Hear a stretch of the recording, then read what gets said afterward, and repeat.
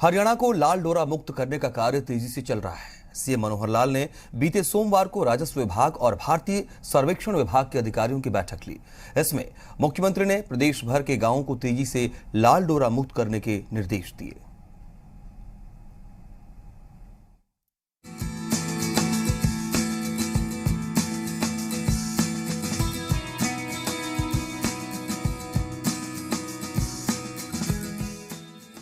हरियाणा सरकार प्रदेश को लाल डोरा मुक्त करने की दिशा में मिशन मोड पर काम कर रही है। खुद मुख्यमंत्री मनोहर लाल पूरी योजना पर नजर बनाए हुए हैं। इसी कड़ी में बीते सोमवार को मुख्यमंत्री मनोहर लाल ने प्रदेश के राजस्व विभाग और सर्वे ऑफ इंडिया के अधिकारियों के साथ अहम बैठक की, जिसमें प्रदेश के उप मुख्यमंत्री दुष्यंत चौटाला भी मौजूद रहे। मुख्यमंत्री मनोहर लाल ने कहा कि हरियाणा सरकार लाल डोरा को समाप्त कर संपत्ति के असली मालिक को उसका अधिकार दे रही है। गांव की समस्या लाल डोरे की एक बड़ी समस्या है। लाल डोरे के अंदर रजिस्ट्री होती नहीं, लाल डोरे के बाहर मकान बना नहीं सकते। हमने कहा यह ठीक नहीं है। आज लाल डोरा की व्यवस्था पुरानी हो गई अंग्रेजों के टाइम की। हमने लाल डोरा को हटा करके एक नई अथॉरिटी बना दी है। जैसे शहरों में अथॉरिटी होती है, गांव में भी होती है कि अब गांव में भी अगर खेतों का जगह हमने मकान बनाने हैं तो जितने किले मकान के लिए छोड़ने हैं उतने वो बता देंगे कि हाँ इसके अंदर गांव के लोग अपना मकान बना सकते हैं। लाल डोरा खत्म, हर एक गांव के अंदर रजिस्ट्रियां होंगी। मुख्यमंत्री मनोहर लाल ने योजना संबंधी जानकारी देते हुए बताया कि हरियाणा के 6042 गांव में ड्रोन मैपिंग का काम पूरा हो चुका है। कुछ गांव में ड्रोन मैपिंग का काम बाकी है, जहां जल्द से जल्द ड्रोन मैपिंग का काम पूरा करने के निर्देश दिए जा चुके हैं। इसके अलावा मैपिंग के बाद सर्वे ऑफ इंडिया द्वारा तैयार किए जा रहे नक्शों में भी तेजी लाई जाएगी।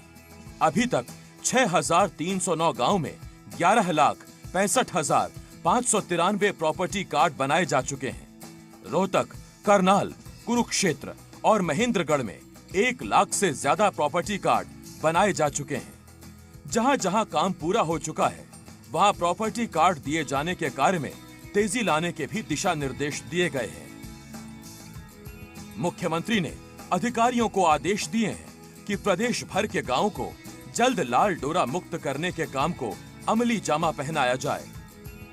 रेवेन्यू रिकॉर्ड में चढ़ेंगे, हम अपने गांव की रजिस्ट्री अपने हाथ में रख के जाके बैंक से लोन लेना तो ले सकते हैं, हम बेचना हो बेच सकते हैं। उसकी कीमत भी बढ़ गई है, वरना गांव के अंदर पंचायत के अंदर किसी को पता ही नहीं होता था, झगड़े आपस में खूब होते थे। अब वो सब झगड़ों को खत्म करके इस काम को शुरू कर दिया है। करनाल में एक गांव का लाल डोरा हमने खत्म कर दिया, सिरसी गांव में। आने वाले समय में हर एक गांव का लाल डोरा खत्म कर देंगे। एक बहुत बड़ी सुविधा के गांव के लोगों को हो जाएगी। सीएम मनोहर लाल ने कहा कि देश के यशस्वी प्रधानमंत्री नरेंद्र मोदी ने भी हरियाणा की लाल डोरा मुक्त योजना को सराहा है। इस योजना को पूरे देश में प्रधानमंत्री स्वामित्व योजना के नाम से लागू करवाया है। योजना का बहुत बड़ा लाभ ग्रामीण क्षेत्र में रहने वाले लोगों को मिल रहा है। भविष्य में ग्रामीण अपनी प्रॉपर्टी पर ऋण लेकर कोई भी व्यवसाय शुरू कर सकेंगे। मुख्यमंत्री ने कहा कि मसावी और शजरा के रिकॉर्ड को भी डिजिटलाइज किया जाएगा। इससे भविष्य में जमीनों के नक्शे तैयार करने में आसानी होगी। कपड़े पर अंकित शजरा के रिकॉर्ड को स्कैन करने का काम कुछ जिलों में पूरा हो चुका है। बाकी जिलों में इस कार्य को जल्द पूरा किया जाएगा। लाल डोरा सिस्टम मुसीबत क्यों बना? इसे खत्म करने की जरूरत क्यों पड़ी? दरअसल लाल डोरा व्यवस्था आजादी से पहले राजस्व बंदोबस्त संबंधी योजना थी। अंग्रेजों ने सन 1908 में लाल डोरा सिस्टम को लागू किया था, जिसके तहत खेती बाड़ी और आबादी वाली जमीन को अलग अलग दिखाया जाता था। इसके तहत आबादी के बाहर लाल लाइन खींच दी जाती थी। इसके तहत नक्शे पास कराने की जरूरत नहीं होने से इलाके में बेतरतीब विकास हुआ। लाल डोरा एरिया की प्रॉपर्टी को बेचने में दिक्कतें पेश आती हैं। वहीं लाल डोरा एरिया की प्रॉपर्टी पर बैंक लोन भी नहीं मिलता था। लेकिन अब हरियाणा सरकार की लाल डोरा मुक्त योजना से लोगों की मुश्किलें दूर होंगी उन्हें संपत्ति का हक मिलेगा और लोन लेकर व्यवसाय शुरू करने की सुविधा भी मिलेगी।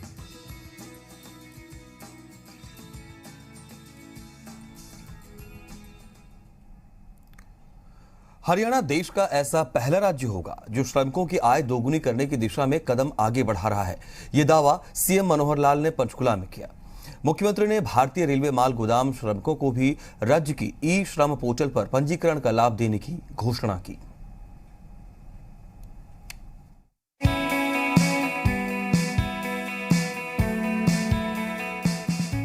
किसानों की आय दोगुनी करने के दावे और चर्चा तो देश भर में आम हो चली है, लेकिन मजदूरों की आय दोगुनी करने की दिशा में काम करने का दावा करने वाला हरियाणा पहला राज्य बनने जा रहा है।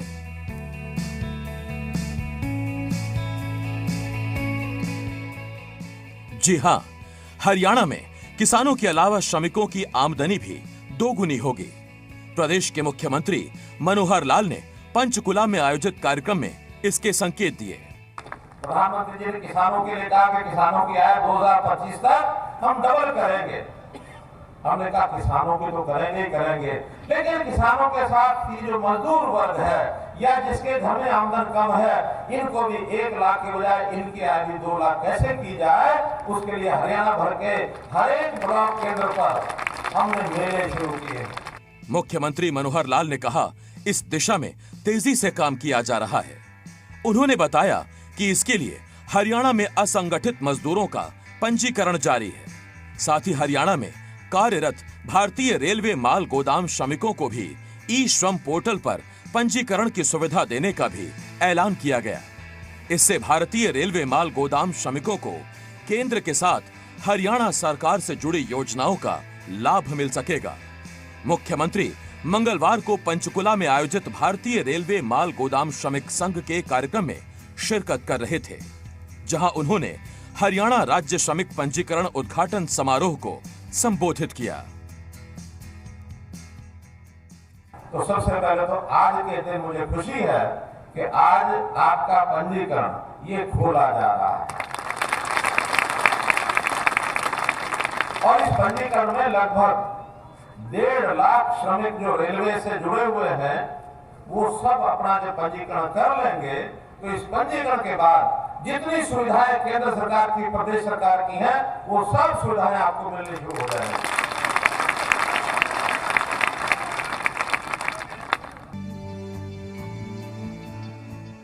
मुख्यमंत्री मनोहर लाल ने अपने संबोधन में कहा कि श्रमिक समाज का असली निर्माता है।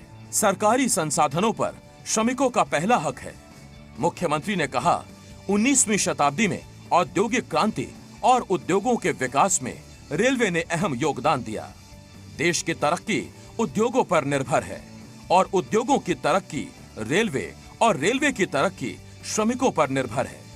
मुख्यमंत्री ने बताया कि हरियाणा सरकार कंस्ट्रक्शन, प्रवासी मजदूरों, दुकानदारों, मछुआरों सहित अन्य सभी असंगठित श्रमिकों का पंजीकरण कर रही है। श्रमिकों के कल्याण के लिए स्वास्थ्य, बच्चों की पढ़ाई, रोजगार, मकान और सामाजिक सुरक्षा पेंशन सहित कुल 22 योजनाएं राज्य भर में चलाई जा रही हैं। कारखानों में जो काम करने वाले ऐसे मजदूर हैं, लगभग 21 लाख 2,000 श्रमिक ये पंजीकृत हैं। इन सबको एक श्रम कल्याण बोर्ड के माध्यम से इनकी तकलीफें जो है वो दूर की जाती हैं। हरियाणा में जो बाकी वर्कर हैं, जो लेबर है, उनके लिए हरियाणा सरकार की ओर से जो हमने भवन कंस्ट्रक्शन बोर्ड बनाया है, 22 कल्याणकारी योजनाएं उनके लिए चलाई जा रही हैं।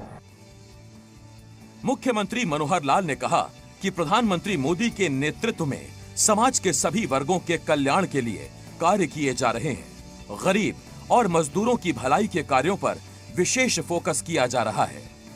मुख्यमंत्री ने श्रमेव जयते योजना शुरू करने पर प्रधानमंत्री का आभार जताया। उन्होंने कहा, श्रम ही जीवन है और श्रम से ही समाज आगे बढ़ता है। आपको बता दें कि प्रधानमंत्री मोदी ने 16 अक्टूबर को दिल्ली के विज्ञान भवन से श्रमेव जयते योजना का शुभारंभ किया। इसके तहत श्रम सुविधा पोर्टल की शुरुआत की गई, जिसके तहत 6 से 7 लाख उद्योगों को सेल्फ सर्टिफिकेशन और सिंगल ऑनलाइन रिटर्न भरने की सुविधा होगी। साथ ही एक जिम्मेवार लेबर इंस्पेक्शन की योजना भी शामिल है। मजदूरों के पीपीएफ के लिए एक यूएएन नंबर मिलेगा जो कंपनी बदलने के बाद भी नहीं बदलेगा। श्रमिकों को वोकेशनल ट्रेनिंग की सुविधा दी जाएगी। अप्रेंटिस प्रोत्साहन योजना भी इसका हिस्सा होगी, जिसके तहत युवाओं को रोजगार मिलना आसान हो जाएगा। राष्ट्रीय स्वास्थ्य बीमा योजना का लाभ असंगठित क्षेत्र के मजदूरों को भी मिलेगा। जो मैंने बताया कि प्रधानमंत्री श्रम योगी मानधन योजना, इस मानधन योजना को भी ठीक से लागू हो जाए, इसके लिए डाटा इकट्ठा कर रहे हैं ताकि हर एक श्रमिक उसका पंजीकरण हो और उस पंजीकरण के बाद उसको अपना फॉर्म भर करके, चाहे वो सरल केंद्र है, अंत्योदय केंद्र है, गांव-गांव में हमने कंप्यूटर लगा करके साझा केंद्र और बहुत सी योजनाएं श्रमिकों के कल्याण के लिए केंद्र सरकार ने भी लागू की हुई है, हमने भी लागू की है। मुख्यमंत्री मनोहर लाल ने कहा कि गरीबों के उत्थान के लिए मुख्यमंत्री अंत्योदय परिवार उत्थान योजना शुरू की जा रही है, जिसके तहत अभी तक 3.5 लाख परिवारों का डेटा मिला है, जिनकी आय 1 लाख रुपए से कम है। ऐसे परिवारों तक सरकार की 40 से ज्यादा योजनाओं का लाभ पहुंचाने की कवायद जारी है, जिसकी खातिर अंत्योदय ग्रामोदय मेले लगाए जा रहे हैं। ग्रामोदय मेलों के जरिए स्वरोजगार के लिए बैंकों से लोन, निजी क्षेत्र में रोजगार दिलाने का काम किया जा रहा है, जिसका अनुसरण दूसरे राज्य भी कर रहे हैं। मुख्यमंत्री ने कहा कि श्रमिकों के कल्याण के लिए अगर कोई भी सुझाव हो तो बेझिझक सरकार तक पहुंचाएं। हमने तो गरीब से गरीब जो परिवार है उसका किस प्रकार से उत्थान हो, कैसे वो ऊपर उठे, इसके लिए एक विशेष योजना चलाई है। अभी जो अब लागू की गई है वो है मुख्यमंत्री अंत्योदय परिवार उत्थान योजना। हमने अभी पिछले दिनों में डाटा इकट्ठा किया सब परिवारों का। हमारे मन में विचार आया कि ऐसे सब परिवारों को सरकार की 40-42 योजनाएं हैं, 18 विभागों की योजनाएं हैं, इन सबको योजनाओं का लाभ दिलाया जाए ताकि इनकी आय कैसे डबल हो, कैसे हम 1 लाख वाले को 2 लाख तक ले जाए। मुख्यमंत्री मनोहर लाल ने बताया कि सरकार बेटी बचाओ बेटी पढ़ाओ अभियान को सफलतापूर्वक आगे बढ़ा रही है। उन्होंने दावा किया कि हरियाणा में लड़कियों के लिंगानुपात में काफी सुधार हुआ है। पहले 1000 लड़कों पर 853 लड़कियां थीं, जो अब बढ़कर 913 हो गई हैं। मुख्यमंत्री ने कहा कि इस आंकड़े को 950 तक लेकर जाना है, ये सरकार का लक्ष्य है।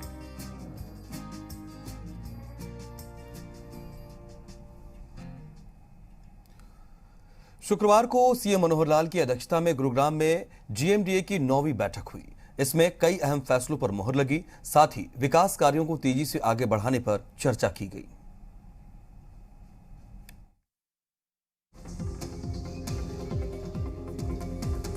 गुरुग्राम के लोक निर्माण विभाग रेस्ट हाउस में गुरुग्राम मेट्रोपॉलिटन डेवलपमेंट अथॉरिटी की 9वीं बैठक हुई, जिसकी अध्यक्षता मुख्यमंत्री मनोहर लाल ने की। बैठक में शहर के विकास कार्यों पर चर्चा की गई, साथ ही कई अहम फैसलों पर मुहर भी लगी। जीएमडीए की बैठक में कुल 32 मुद्दों पर चर्चा हुई। विकास कार्यों को तेजी से आगे बढ़ाने पर विचार विमर्श किया गया। मुख्यमंत्री मनोहर लाल ने सेक्टर 102 से लेकर 110 सेक्टर तक पानी की सप्लाई सुनिश्चित करने संबंधी आदेश दिए। चंदू बुढ़ेड़ा में वाटर ट्रीटमेंट प्लांट के निर्माण कार्य का भी शुभारंभ किया गया। गुरुग्राम में पेयजल संकट को खत्म करने पर भी चर्चा की गई। सेक्टर 58 से लेकर सेक्टर 115 तक पानी की सप्लाई बेहतर करने संबंधी निर्णय भी लिया गया। इस पेयजल संकट को खत्म करने के दायरे में 28 गांव भी शामिल रहेंगे। पहला एक उद्घाटन किया है, जो नए सेक्टर्स हैं 110 तक, कहाँ से 102 से 110 तक पानी की सप्लाई के लिए एक वाटर चैनल जो बनाया गया है, उसका आज उद्घाटन किया है। चंदू बुढ़ेरा में एक 100 mld का कैपेसिटी का जो वाटर ट्रीटमेंट प्लांट है, ये बनाया जाएगा। इसके लिए इसमें 23 गांव और 58 से 115 सेक्टर्स, इनके पानी की ट्रीटमेंट करके और रीयूज के नाते से भी उस पानी को आगे सप्लाई किया जाएगा। जीएमडीए की बैठक में शहर को प्रदूषण से मुक्ति दिलाने पर भी मंथन किया गया, तो सिकंदरपुर में ऑक्सीजन की कमी को दूर करने की दिशा में बड़े स्तर पर काम करने का फैसला किया गया। ऐसे ही सिकंदरपुर में 250 एकड़ में एक ऑक्सी वन बनाया जाएगा। इस साल में बनने वाले जितने भी वन जो हम लगा रहे हैं, चाहे शहरी क्षेत्र में चाहे ग्रामीण क्षेत्र के अंदर, उनका नाम ऑक्सी वन रख रहे हैं। ऑक्सीजन की कमी का जो आभास हुआ, ताकि ऑक्सीजन की खेती ये कैसे हम इसको बढ़ाएं और ऑक्सीजन की जो कमी है इसकी पूर्ति करें। वहीं शहर में मिनी बस योजना के तहत बसों की संख्या बढ़ाने को भी अमली जामा जल्द पहनाया जाएगा। 37 हो गया, 37 रुपया पर किलोमीटर। हालांकि इसका खर्च लगभग 70 रुपये पर किलोमीटर पर बस पड़ता है, लेकिन अभी वो प्रगति पर है, क्योंकि ये धीरे धीरे जो सर्विस है ये प्रचलित हो रही है और लोगों को एक अच्छी सुविधा इसमें मिल रही है। इसी में 100 मिनी बसेस ये भी और डाली जाए इस बेड़े में, ताकि जहाँ कहीं मार्ग भीड़े हैं या कम संख्या में लोगों का आना जाना, फ्रीक्वेंसी उसकी बढ़ा करके मिनी बस का भी इसमें उपयोग करेंगे। गुरुग्राम में प्राइवेट बिल्डर्स सोसाइटीज में बिजली की समस्या के समाधान को लेकर भी अहम फैसला लिया गया। जल्द ही 13 सोसाइटीज में बिजली विभाग की तरफ से बिजली सप्लाई की जाएगी। जो मेंटेनेंस चार्ज बिल्डर को दिया जा रहा था, उसे बिजली विभाग को ट्रांसफर किया जाएगा। ऐसे 16 बिल्डर्स थे और 90 प्रोजेक्ट्स थे, लेकिन प्रस्तुत करने के बाद 3 बिल्डर्स ने कुछ प्रोजेक्ट्स अपने बना लिए और बाकी जो 13 बिल्डर्स हैं उन्होंने नहीं बनाए थे। वहाँ के रेजिडेंट्स लगातार जेनसेट्स के ऊपर अपनी पावर सप्लाई को ले रहे थे, लेकिन हमने ये तय किया है, क्योंकि अभी पोल्यूशन का भी एक कारण है, सुप्रीम कोर्ट भी थोड़ा सख्त है, तो उसमें हमने तय किया है कि ऐसे 13 बिल्डर्स के जो रेजिडेंट्स हैं वो उसमें प्रो रेटा जितना उस बिल्डर की तरफ बकाया है वो जमा करा देते हैं, तो हम उसमें सर्विस देने के लिए भी तैयार हैं। और इस सारे काम को अब 10-1 दिन की फॉर्मेलिटी बाकी बची है, पॉलिसी बन गई है। 21 दिसंबर से ऐसे ये पावर कनेक्शन ये देने शुरू कर दिए जाएंगे। मुख्यमंत्री की अध्यक्षता में हुई जीएमडीए की बैठक में केंद्रीय राज्य मंत्री राव इंद्रजीत सिंह, कैबिनेट मंत्री मूलचंद शर्मा समेत स्थानीय विधायक, नगर निगम के मेयर और तमाम अधिकारी मौजूद रहे।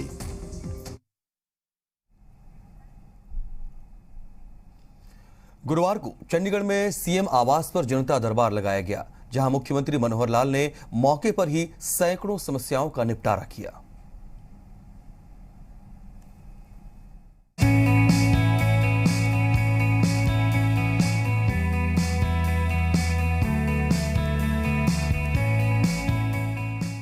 हरियाणा के मुख्यमंत्री मनोहर लाल हर वक्त आम आदमी, गरीब और जरूरतमंद लोगों की समस्याओं का निपटारा करने के लिए तत्पर रहते हैं। इसी कड़ी में मुख्यमंत्री मनोहर लाल ने गुरुवार को अपने आवास पर जनता दरबार लगाया।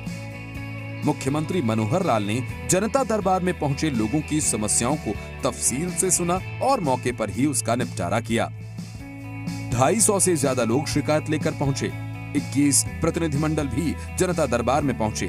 250 शिकायतों का मौके पर निपटारा, समाधान होने पर सीएम का आभार जताया। 7 साल से जनता दरबार लगा रहे हैं सीएम। अधिकारियों को मौके पर दिए जाते हैं निर्देश। जनता दरबार में मौके पर समस्याओं का झटपट निपटारा होने से शिकायतकर्ता बेहद खुश नजर आए। वहीं कई प्रतिनिधिमंडल ऐसे भी थे जो समाधान होने के बाद सीएम का शुक्रिया अदा करने पहुंचे थे।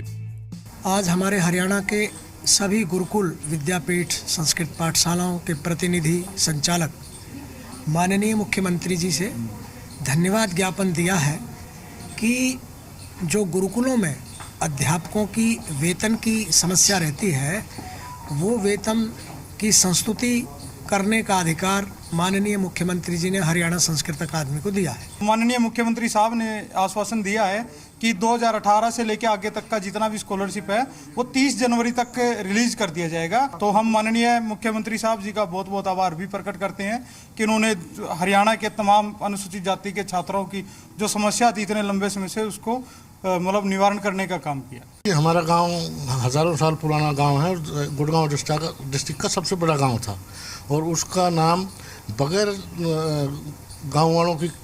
इसी तरह से करनाल से आए पुरानी इंडस्ट्री से जुड़े प्रतिनिधिमंडल ने भी सीएम के सामने अपनी समस्या रखी। इसी तरह कुछ अन्य प्रतिनिधिमंडल और शिकायतकर्ताओं को भी जनता दरबार में उम्मीद के मुताबिक आश्वासन मिला। हम करनाल से हैं। करनाल में हमारी इंडस्ट्रीज है जो 30-30 साल पुरानी है। वहाँ पे एक्वायर का 37 सेक्टर के लिए एक्वायर कर रहे थे। उसमें हमारी फैक्ट्रियाँ आगे वाला पोर्शन ग्रीन बेल्ट के अंदर एक्वायर हो गया था और बहुत अच्छा रवैया था उनका, बड़ा अच्छा एटीट्यूड था। उन्होंने बड़ी अच्छी तरह कॉपरेट किया और बोला है कि हम पुरानी इंडस्ट्री को नहीं टूटने देंगे। जो डिमांडें हमने पहले मुख्यमंत्री हाउस में दे रखी थी, एक तो हमारा डीजल जो डिपो के अंदर से लेने बारे, और एक हमारा मुख्यमंत्री जी ने आश्वासन दिया है कि वो सभी मांगे आपकी पूरी की जाएंगी और आपकी बसों को भी लंबे मार्गों पर चलवाया जाएगा। तो 6 साल हो गए हमने ये दुकान ली थी, उसके पैसे सारे भर दिए हुए हैं। अच्छा। मगर फिर वो 10 लाख रुपया मांगते हैं और मेरे पास जितना पैसा था वो मैंने सारा कोरोना फंड में दे दिया था। आज मैं बहुत खुश हूँ कि मुख्यमंत्री जी ने मेरी बात सुनी है और फैसला दिया है कि आज ये इसका काम कर दो। मैं मुख्यमंत्री का तहे दिल से बहुत बहुत धन्यवाद करता हूँ। मुख्यमंत्री महीने में एक बार जनता दरबार जरूर लगाते हैं। पिछले 7 साल से जनता की समस्याओं का निदान करने के लिए जनता दरबार लगाया जा रहा है, जिसमें मौके पर शिकायतकर्ता की समस्या का निपटारा हो जाता है। कार्यक्रम का असर बेहद अच्छा हो रहा है। आम लोग मनोहर सरकार की इस पहल से काफी खुश हैं। आपको बता दें कि इससे पहले 4 दिसंबर को सीएम मनोहर लाल ने करनाल में भी जनता दरबार लगाया था, जहां उन्होंने मौके पर 165 शिकायतों का निपटारा किया था। वहीं इस मौके पर सीएम ने बताया था कि क्यों करनाल उनके दिल के बेहद करीब है। पिछले काफी समय से कोविड के कारण से ये जो क्रम लगातार बना हुआ था ये टूट गया था, लेकिन अब चूँकि कोविड की जो प्रभाव है कम हुआ है, हमने कहा कि भी एक बार जनता दरबार का ये विषय द्वारा शुरू किया जाए। प्रारंभ में तो लगभग 165 के लोग सूचीबद्ध तरीके से जो आए थे उनको सुना, उसके बाद फिर बिना सूची के भी ऐसा मान के चलता हूँ कि लगभग और 150 लोग होंगे, क्योंकि 300 से ऊपर शिकायतें ये आज जो सुनी गई हैं। और मैं समझता हूँ कि इतने बड़ी संख्या में, क्योंकि साथ भी जो लोग आए हैं 2-2, 3-3 लोग साथ भी होते हैं, तो लगभग 600-700 लोगों का उनको सबको अटेंड किया है। हर प्रकार की अलग अलग समस्याएं थी, हर विभाग की थी। जो तो यानी सामान्य तौर पर जिले से संबंधित अधिकारियों की थी वो हाथों हाथ यहीं पकड़ा दी हैं, और जो चंडीगढ़ के नाते से विभागों से बात करने का है वो हमने इकट्ठी कर ली है। और कुछ तो ऐसे भी लोग थे जो दूसरे जिलों से भी आए हुए थे। दरअसल जनता दरबार ऐसा माध्यम बन गया है जहां आम, गरीब, व्यापारी सहित समाज के हर वर्ग का व्यक्ति सीधे मुख्यमंत्री के सामने अधिकारियों की मौजूदगी में अपनी बात रख सकता है।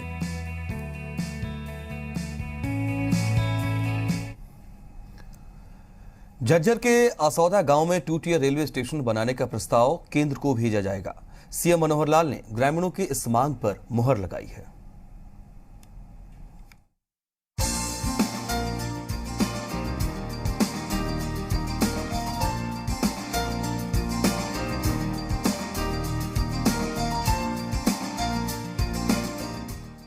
झज्जर के असौदा गांव के ग्रामीणों को जल्द बड़ी सौगात मिलने वाली है।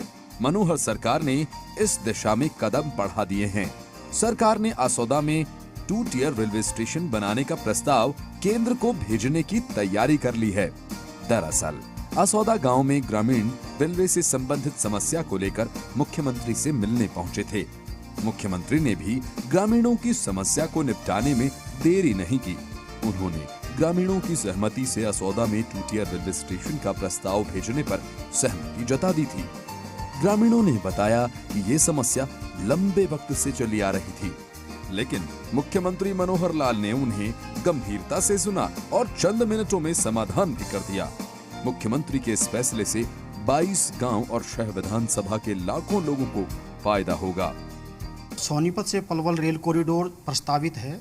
हमारी मांग ये है कि एक तरफ से तो जोड़ ही रहे हो, आप उसको दूसरी साइड से भी जोड़ दो, क्योंकि दूसरी साइड में जो प्रस्तावित जसौर खेड़ी स्टेशन है, आसौदा से अगर जसौर खेड़ी को जोड़ दिया जाए तो आसौदा जंक्शन इंटरचेंज फैसिलिटी के लिए चारों तरफ की दिशाओं के लिए सुविधा प्रदान करेगा। हम आए मुख्यमंत्री साहब के पास, बहुत अच्छा लगा जो उन्होंने हमारी बात सुनी ध्यान से और हमारी समस्या का समाधान किया। और 2 साल से हम जिस कार्य को लगे हुए थे, 22 गांव, 6 विधानसभा क्षेत्र और 6 शहर इससे जुड़े हुए हैं। कम से कम 10 लाख व्यक्तियों को लाभ होगा इस स्टेशन के जुड़ने से। इसके बनने से भिवानी रोहतक से मानेसर पलवल की ओर जाने वाले लाखों यात्रियों को लाभ होगा।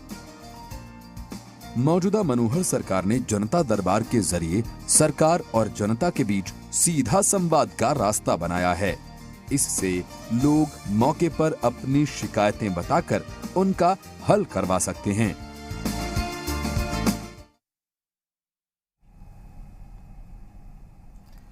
हेलीकॉप्टर हादसे में शहीद हुए देश के पहले सीडीएस बिपिन रावत और उनके रक्षा सहायक ब्रिगेडियर एलएस लिद्दर को बीते शुक्रवार को सीएम मनोहर लाल ने दिल्ली में श्रद्धांजलि दी। सीएम मनोहर लाल ने दोनों सैन्य अफसरों के योगदान को याद करते हुए उनके परिवारों के प्रति गहरी संवेदना प्रकट की।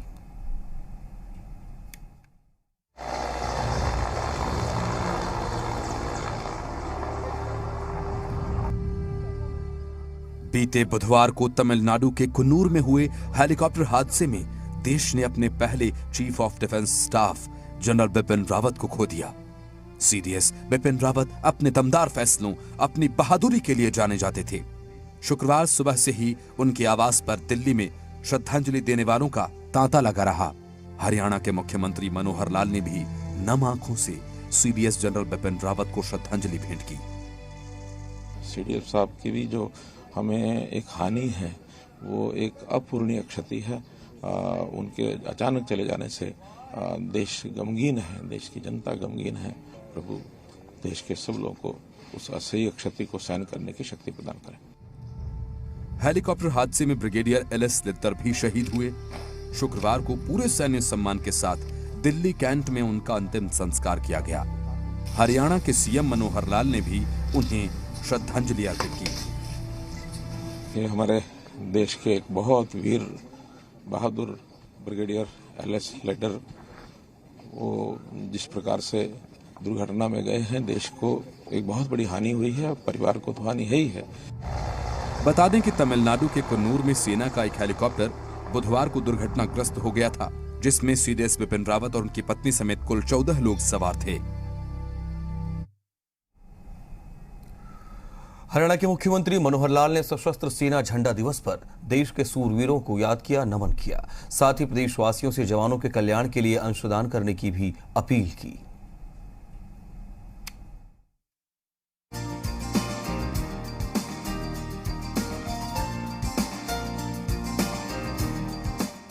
हरियाणा के मुख्यमंत्री मनोहर लाल ने सशस्त्र सेना झंडा दिवस पर देश के बहादुर जवानों को नमन किया। इस खास मौके पर मुख्यमंत्री मनोहर लाल को राज्य मंत्री ओम प्रकाश यादव ने बैज लगाया। मुख्यमंत्री मनोहर लाल ने कहा कि देश की जल, थल और वायु सेना के जवान कठिन परिस्थितियों और खतरों का सामना करते हुए जान हथेली पर रखकर देश की रक्षा में जुटे रहते हैं। उनकी बदौलत ही देश के लोग चैन की नींद सो पाते हैं। उन्होंने कहा कि सेना के जवानों की वजह से ही देश की सीमाएं सुरक्षित हैं और हमारी स्वतंत्रता बरकरार है। सशस्त्र सेना दिवस पर सीएम मनोहर लाल ने सैनिकों और उनके परिवारों के कल्याण के लिए अंशदान भी दिया। मुख्यमंत्री मनोहर लाल ने प्रदेशवासियों से भी शहीद जवानों के परिवारों के कल्याण के लिए अपनी क्षमता के अनुसार दान करने की अपील की।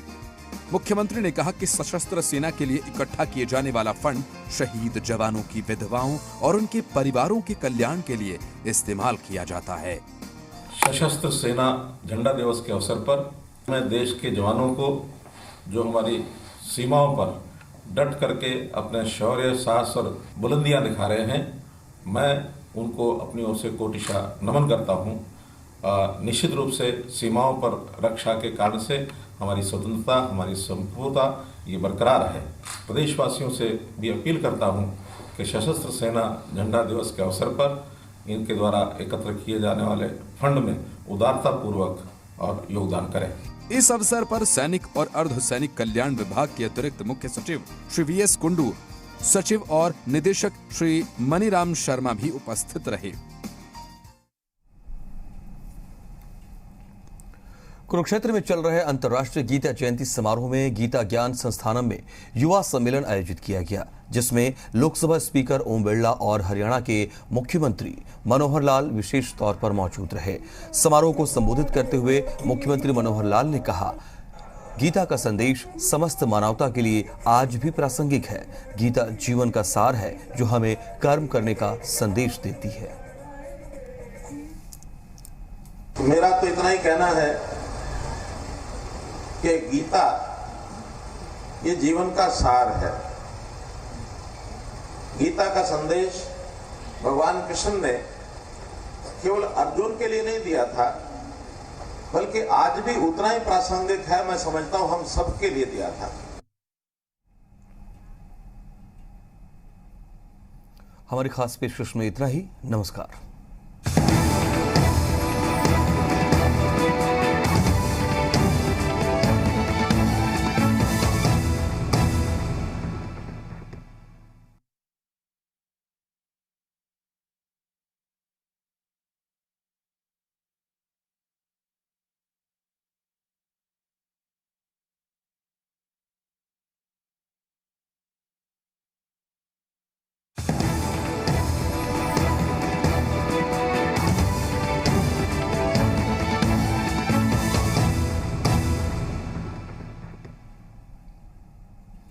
नमस्कार। हमारी खास पेशकश हरियाणा के बढ़ते कदम में आपका स्वागत है।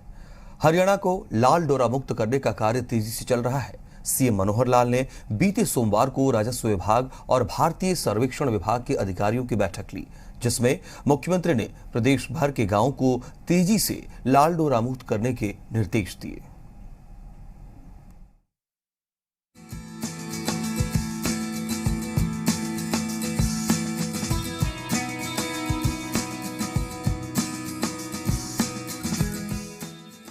हरियाणा सरकार प्रदेश को लाल डोरा मुक्त करने की दिशा में मिशन मोड पर काम कर रही है। खुद मुख्यमंत्री मनोहर लाल पूरी योजना पर नजर बनाए हुए हैं।